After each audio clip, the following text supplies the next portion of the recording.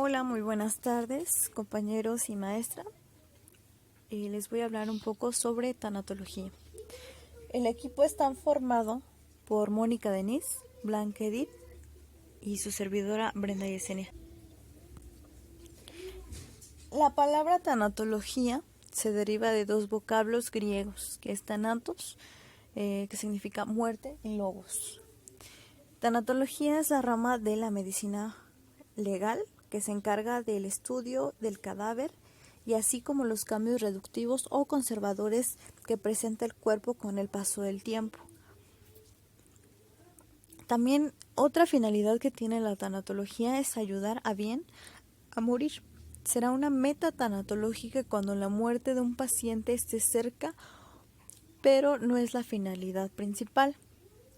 Esta también es una disciplina científica que se encarga de encontrar el sentido al proceso de la muerte, sus ritmos, significado, concebido como disciplina profesional que integra a la persona como un ser biológico, psicológico, social y espiritual para vivir en plenitud y buscar su trascendencia.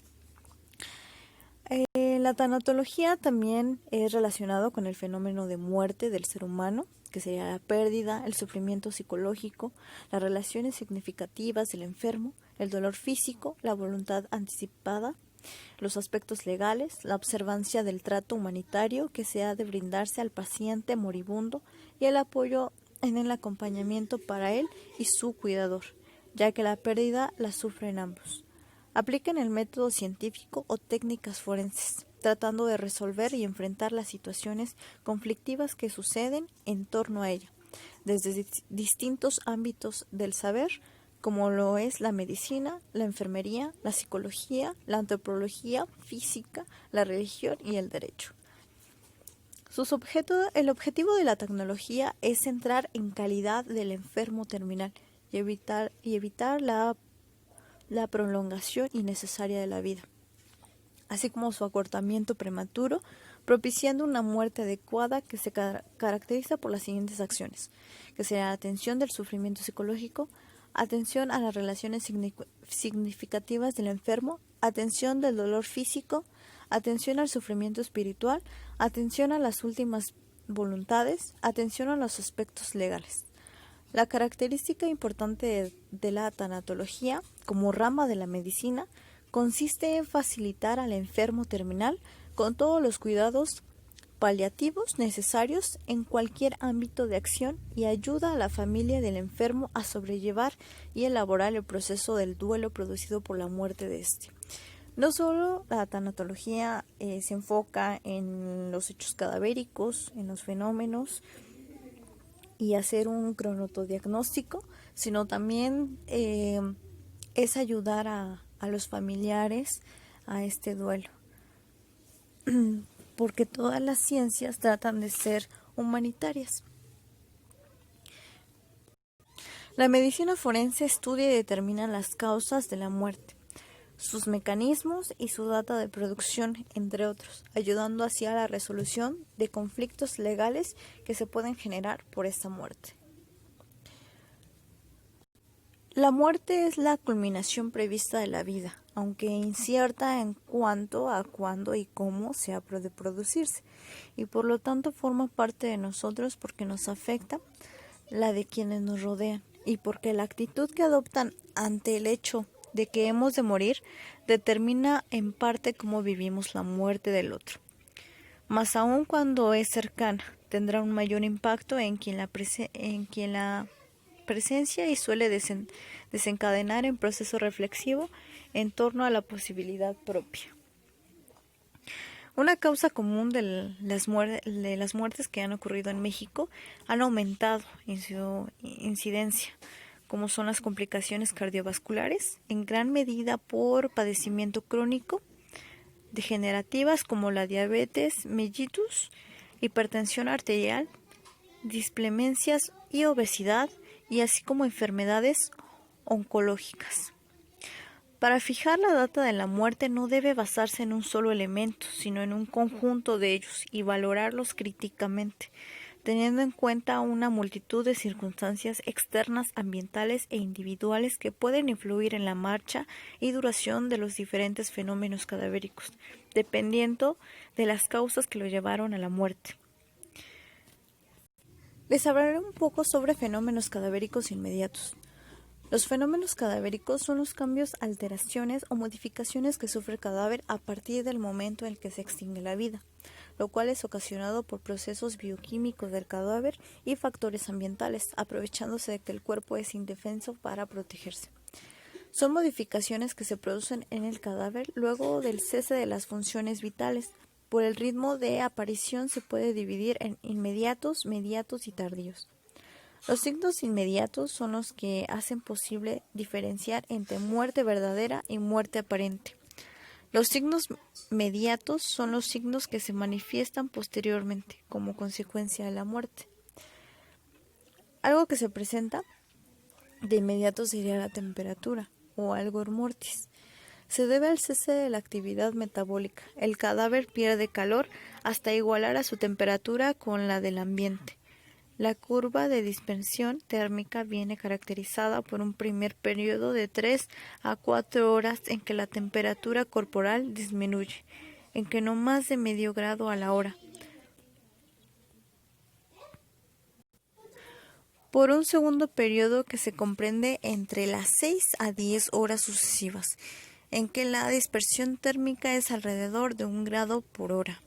Finalmente, por un tercer periodo en el que la temperatura disminuye 3/4, 1/2 o 1/4 de grado por hora hasta nivelarse con la temperatura ambiente. El enfriamiento es más manifiesto en las partes expuestas, como son manos, pies, cara, y más tardío en el cuello, axilas y vísceras. La marcha de enfriamiento viene condicionada por diversos factores, entre los cuales cabe señalar la causa de muerte.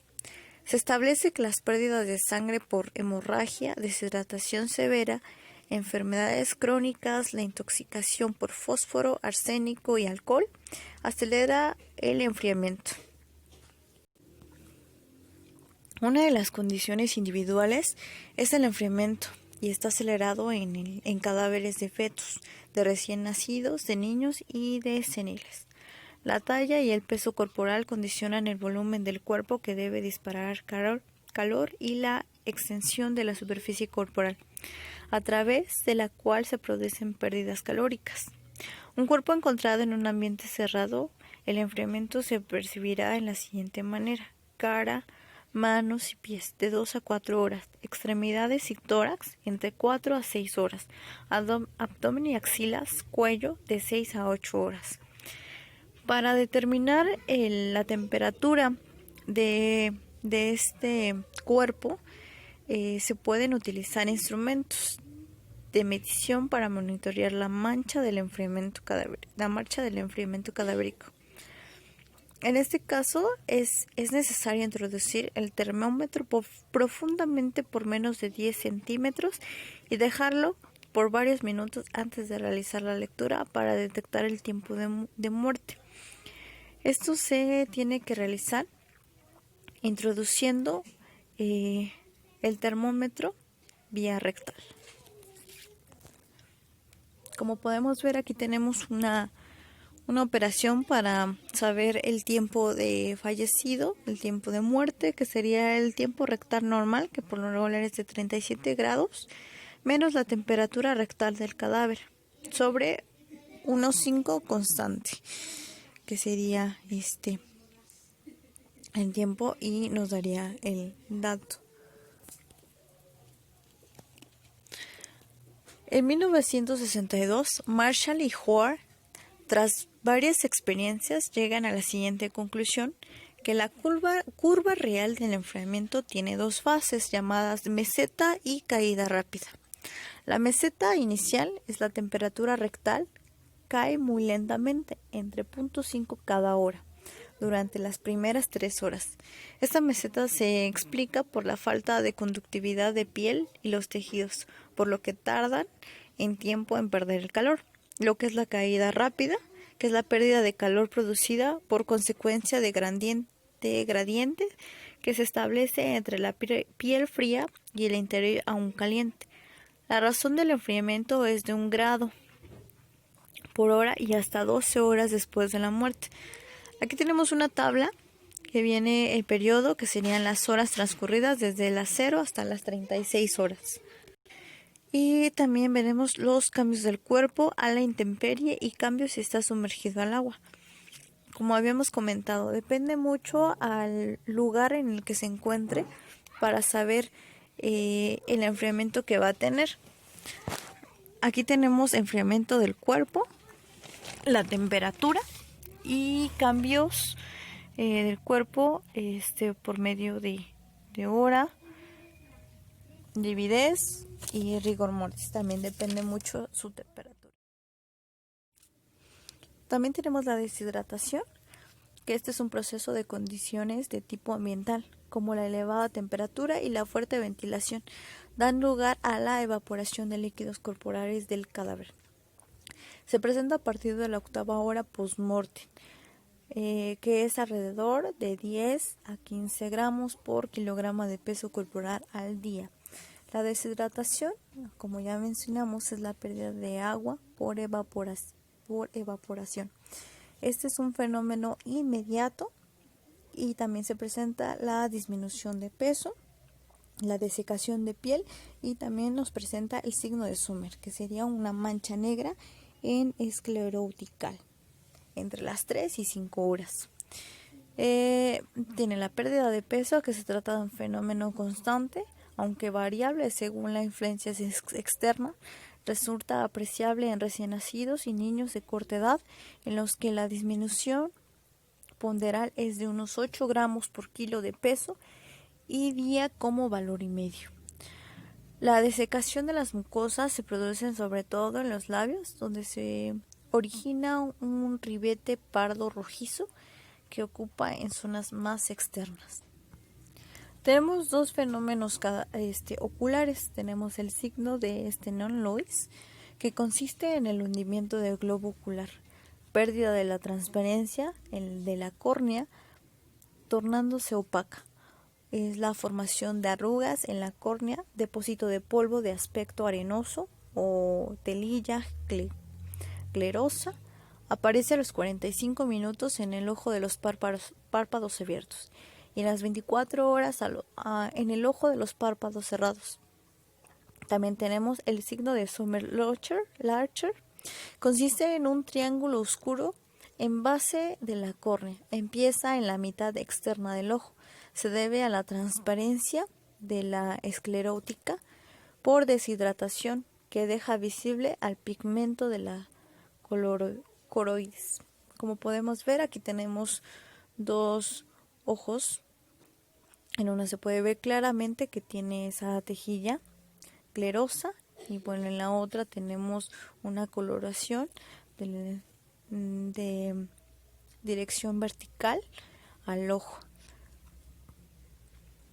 También tenemos la lividez cadavérica o livor mortis.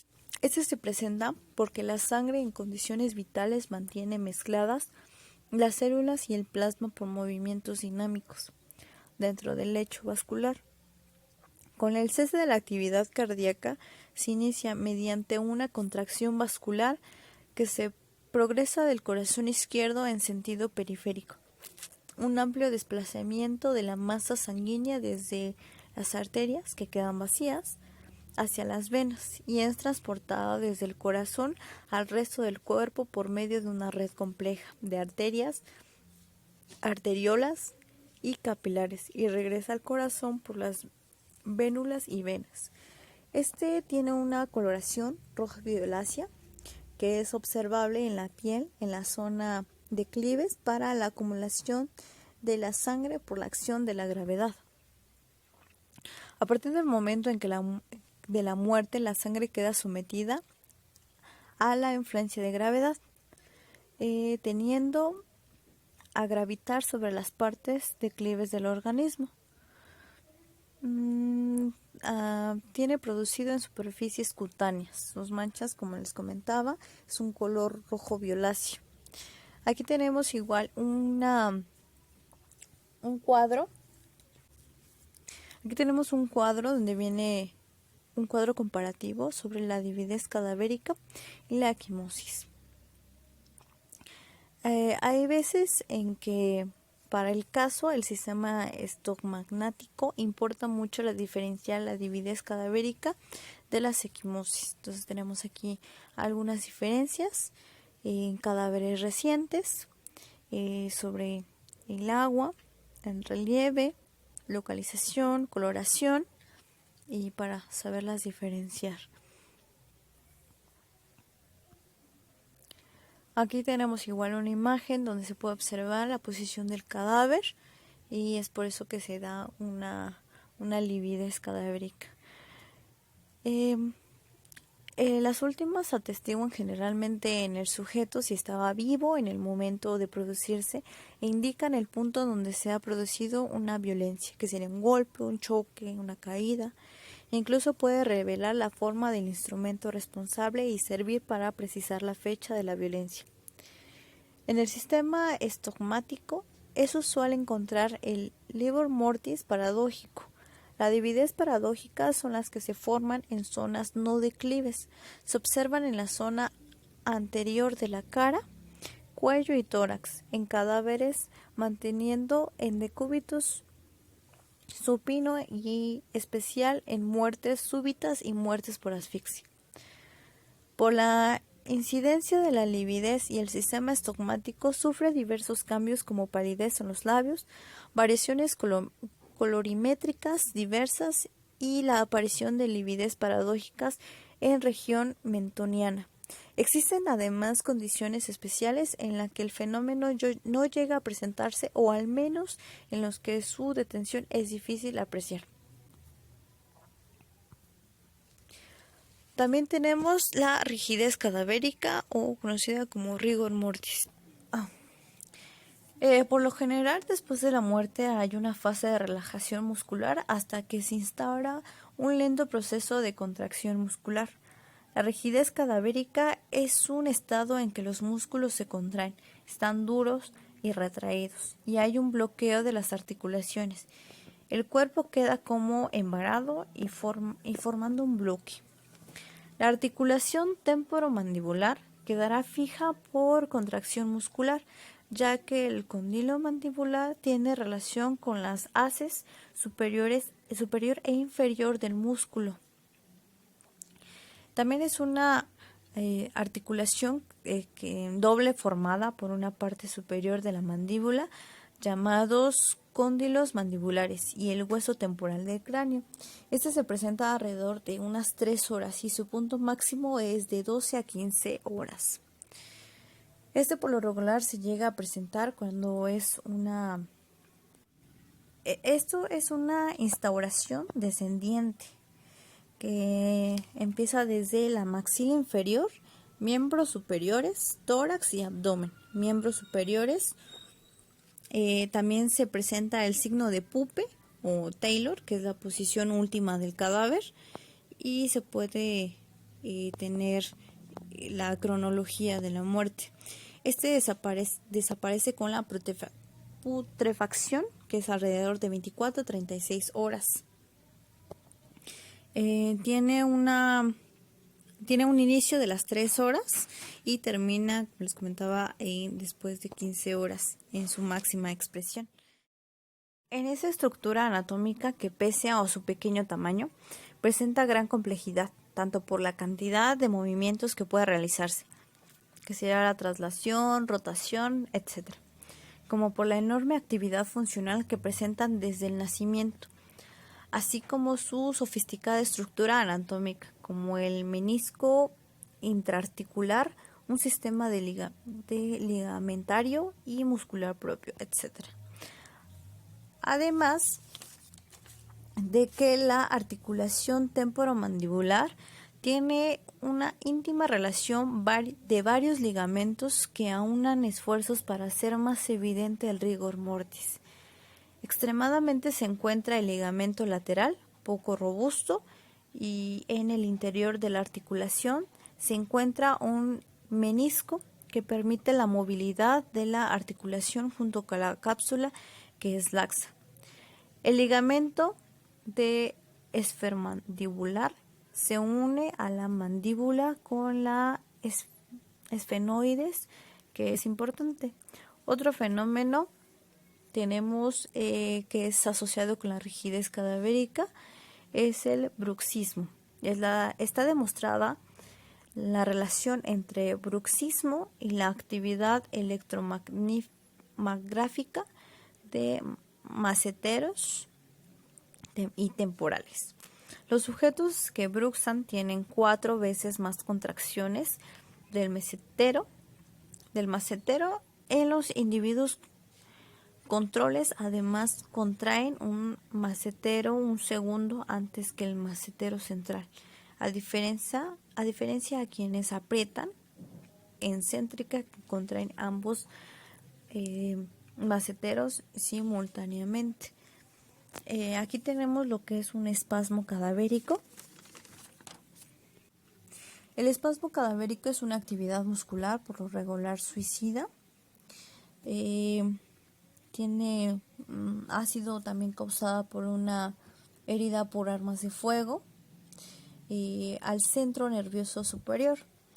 También son producidas por lesión espontánea, asfixias mecánicas o sumersión, que es el espasmo cadavérico. Constituye en un tipo especial de rigidez cadavérica que se manifiesta de forma instantánea, es decir, sin que tenga lugar la fase de relajación muscular previa que sigue ordinariamente a la muerte y precede a la aparición de la rigidez ordinaria. Se produce de forma súbita en el mismo momento de la muerte, especialmente cuando ha habido extraordinaria tensión nerviosa o lesión del sistema nervioso o del corazón.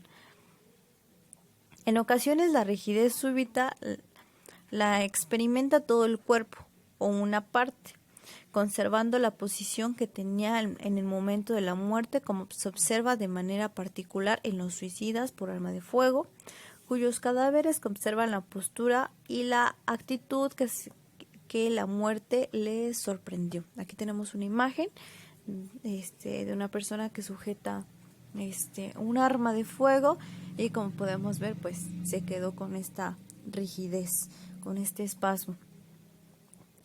Tratándose con las estructuras del sistema estomático como tal, el espasmo cadavérico solamente se presenta en aquellos cuerpos cuya sintomatología clínica craneocérvico mandibular haya reflejado algún tipo de dolor miofacial, entendiéndose como un trastorno no inflamatorio que se manifiesta por dolor localizado, rigidez y la presencia de puntos gatillo.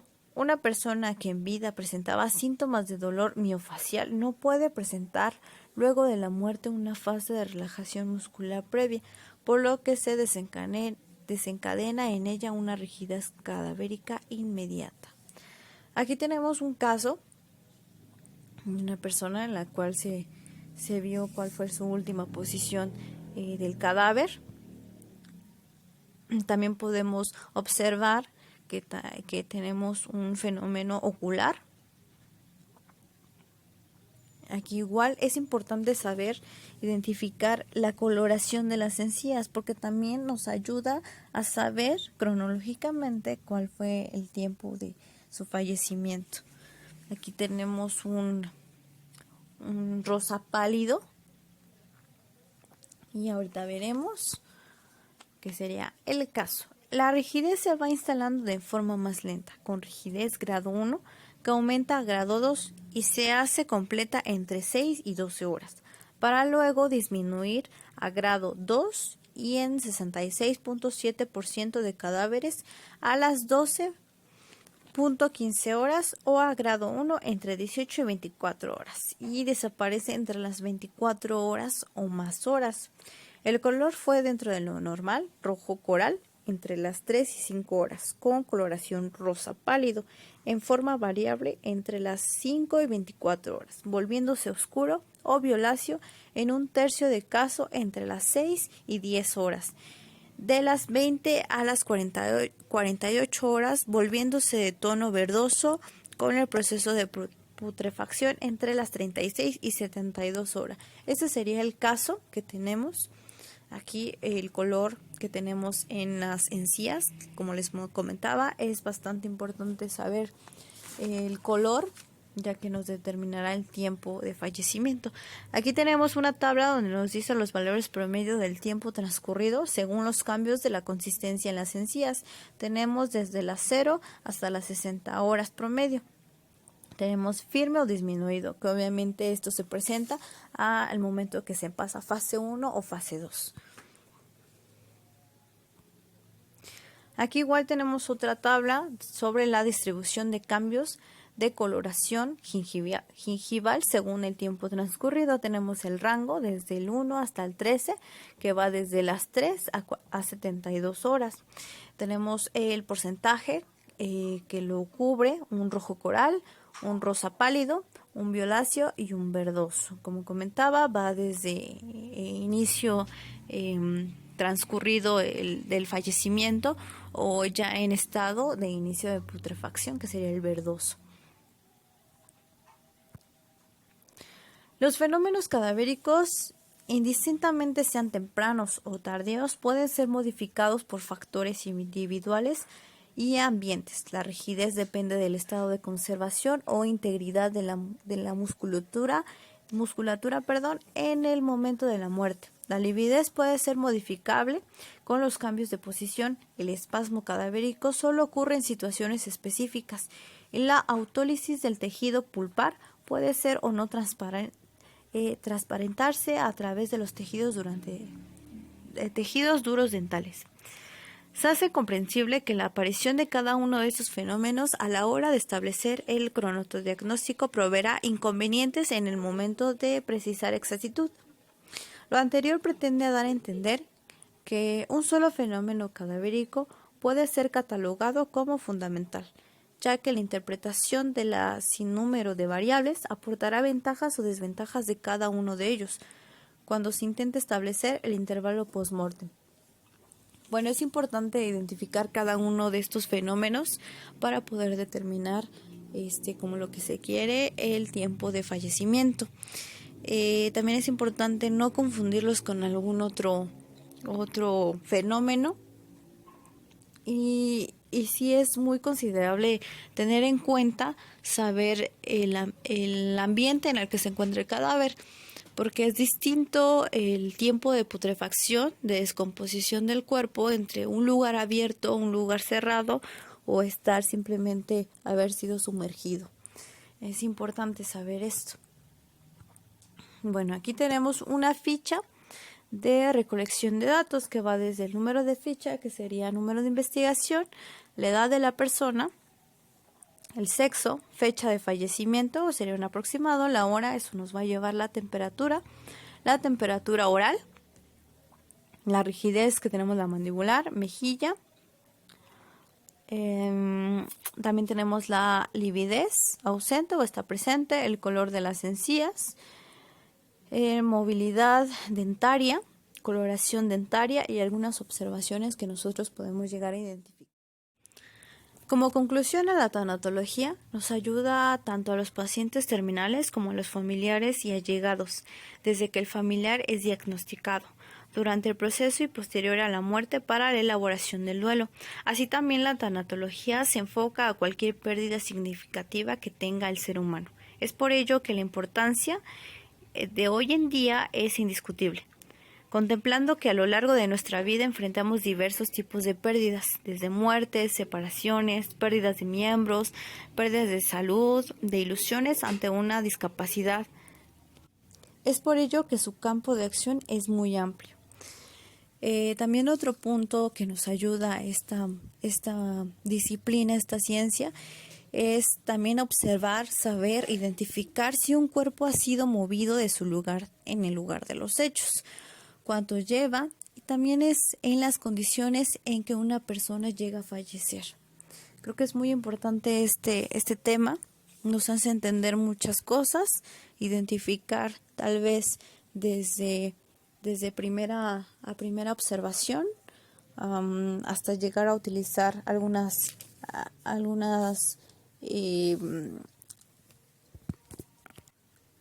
hasta tener algunas utilerías para determinar el tiempo de muerte. Por el momento sería todo. Muchísimas gracias por su atención. Espero que haya sido de su agrado este video y se haya cumplido el objetivo de dar a entender para qué nos sirve la tanatología. Muchísimas gracias. Por último, aquí tenemos las bibliografías en las cuales nos apoyamos para realizar la investigación. Por si tienen alguna duda, las puedan consultar sin problema. Muchas gracias.